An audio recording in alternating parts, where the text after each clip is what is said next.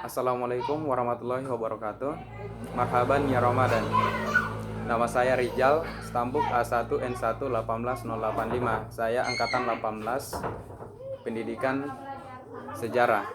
Nah, di sini saya sedikit akan menjelaskan hasil ringkasan yang saya catat, di mana sebelumnya Bapak memberikan kami tugas membagikan sebuah silabus yang kemudian kami ringkas. Sebenarnya ini tugas dari sejak kami aktif kuliah, tapi karena ada halangan sedikit, jadi kami Bapak suruh kami untuk meringkas di rumah saja.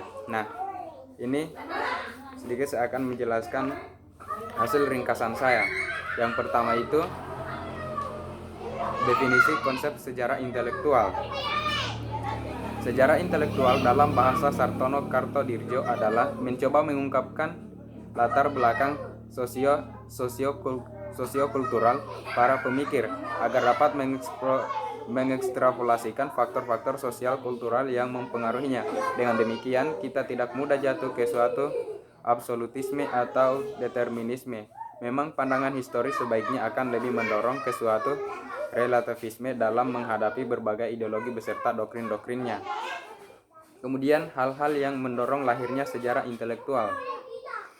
Dalam buku yang berjudul Fire in the Mind of Man, karya Billington, berisi uraian mengembalikan dahsyatnya revolusi-revolusi kepada semangat ideologi atau nilai-nilai yang memberi inspirasi serta membentuk pola sikap yang radikal, serta penuh dedikasi terhadap suatu ide. Dengan demikian, sejarah intelektual adalah sejarah yang mempelajari etos, jiwa, ide, atau nilai-nilai yang mempengaruhi kehidupan manusia atau masyarakat, bahkan bangsa dan negara.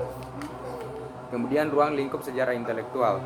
Sejarah intelektual seringkali disebut dalam istilah yang berbeda-beda. Di Amerika Serikat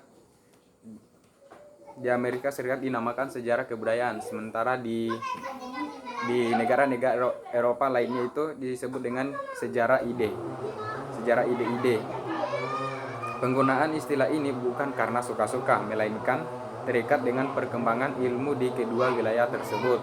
Sejarah intelektual di Amerika disebut dengan sejarah kebudayaan, mengingat munculnya sejarah intelektual baru terjadi ketika pengetahuan sosiologi sudah mapan. Dalam hal ini, penamaan sejarah kebudayaan terkait dengan sosiologi yang mengartikan bahwa budaya adalah hasil pemikiran. Sementara di negara-negara barat Eropa lebih terpengaruh oleh filsafat yang menekankan pada ide-ide dan gagasan. Dengan demikian, sejarah intelektual di Eropa lebih menekankan pada ide, gagasan, dan pemikiran. Kemudian Ontologi berasal dari bahasa Yunani yang terdiri dari dua kata, ontos yang memiliki arti ada atau keberadaan, dan logos sendiri berarti studi atau ilmu.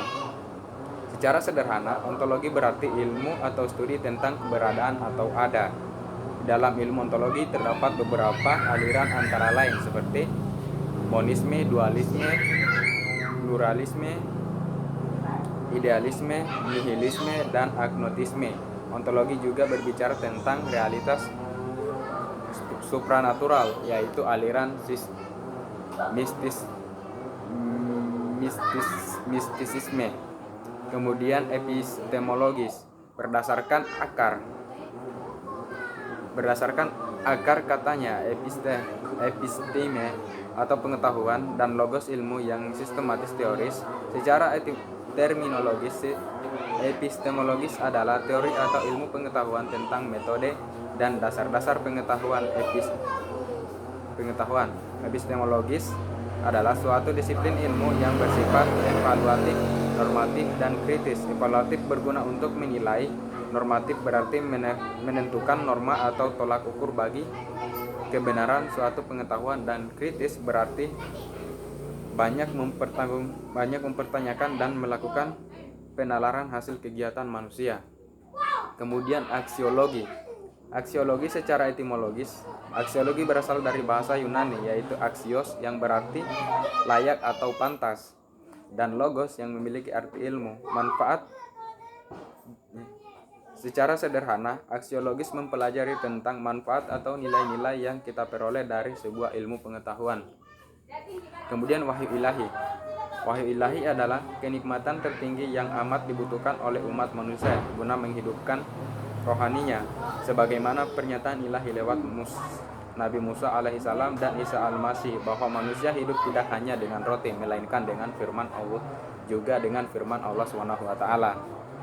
Kemudian supranatural adalah sebuah kejadian atau kegiatan yang berhubungan dengan alam beserta isinya serta melampaui daya nalar manusia pada umumnya.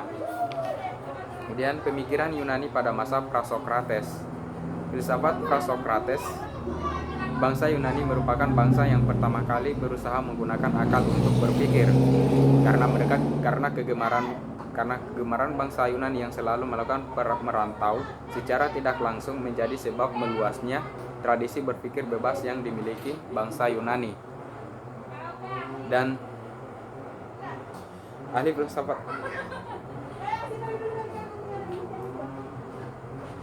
dan beberapa filosof pada masa Prasokrates yaitu ada Thales, Anaximandros, Anaximenes, Pythagoras, dan Heraclitus. Kemudian pemikiran Yunani sesudah masa Sokrates. Membicarakan filsafat Yunani sesudah masa Sokrates sama artinya memberikan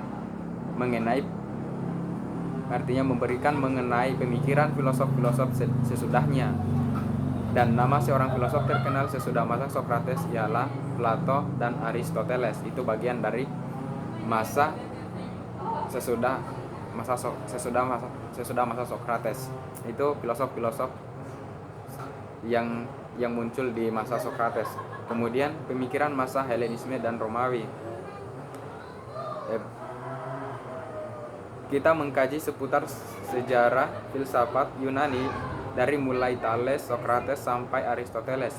Pasca Aristoteles, filsafat Yunani mengalami penurunan yang signifikan. Pengkajian tentang filsafat tidak lagi semarak sebagaimana terjadi pada masa-masa sebelumnya. Hal ini dikarenakan munculnya ilmu-ilmu spesial yang berkembang dan berdiri sendiri. Dan peralihan filsafat Yunani menjadi filsafat Helen Romawi disebabkan terutama oleh seorang yang bernama Alexandros murid Aristoteles. Tindakannya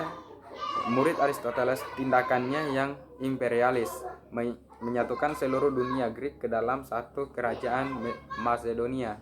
Sesudah itu ia menaklukkan bangsa-bangsa di Asia Minor dan mengembangkan kekuasaannya sampai ke India. Kemudian syarat pemikiran di Cina. Filsafat Cina dikembangkan berdasarkan paradigma ontologis, epistemologis, dan metafisik yang berbeda dari wacana teoritis Barat.